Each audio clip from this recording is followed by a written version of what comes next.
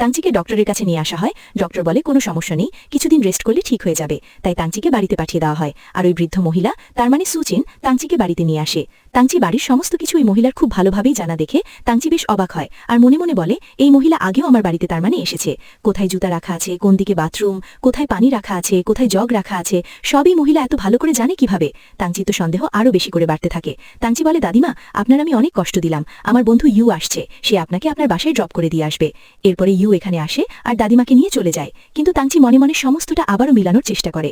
তাংচি বুঝতে পারে এর ভিতরে কোনো একটা ঘাপলা তো আছেই, আর এর সঙ্গে সরাসরি সুচেং জড়িত এবং আরও বাদবাকি মানুষগুলো জড়িত। এরপরে আমরা দেখতে পাই ইউ দাদিমাকে পৌঁছে দিয়ে যায় তার বাড়িতে। সুচেন তখনও নিজের রূপে ফিরে এসেছে। সুচেং ওর ফোনটা অন করে দেখে এর ভিতরে অনেকবারই তাংচি কল দিয়েছিল।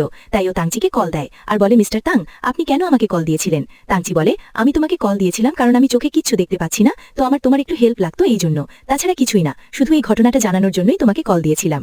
এদিকে সুচিং ওর বান্ধবীকে কল দিয়ে তাংচির ব্যাপারটা জানিয়ে দুঃখ প্রকাশ করে। এদিকে ওর বান্ধবী এখন ইউ এর সঙ্গে ছিল। ইউ আজকে একে প্রপোজ করে আর অনেকদিন পরে লিন ইউ এর প্রপোজটা অ্যাকসেপ্ট করে। এখন ওরা অফিসিয়ালি গার্লফ্রেন্ড বয়ফ্রেন্ড হয়ে গিয়েছে। পরদিন সকালবেলায় আমরা অফিস রুম দেখতে পাই। এখানে সবাই বলাবলি করছিল তাংচি নাকি ছুটি নিয়েছে। তাংচি তো সহজে ছুটি নেয় না, সে নাকি চোখে কিছু দেখতে পাচ্ছে না তাই ছুটি নিয়েছে।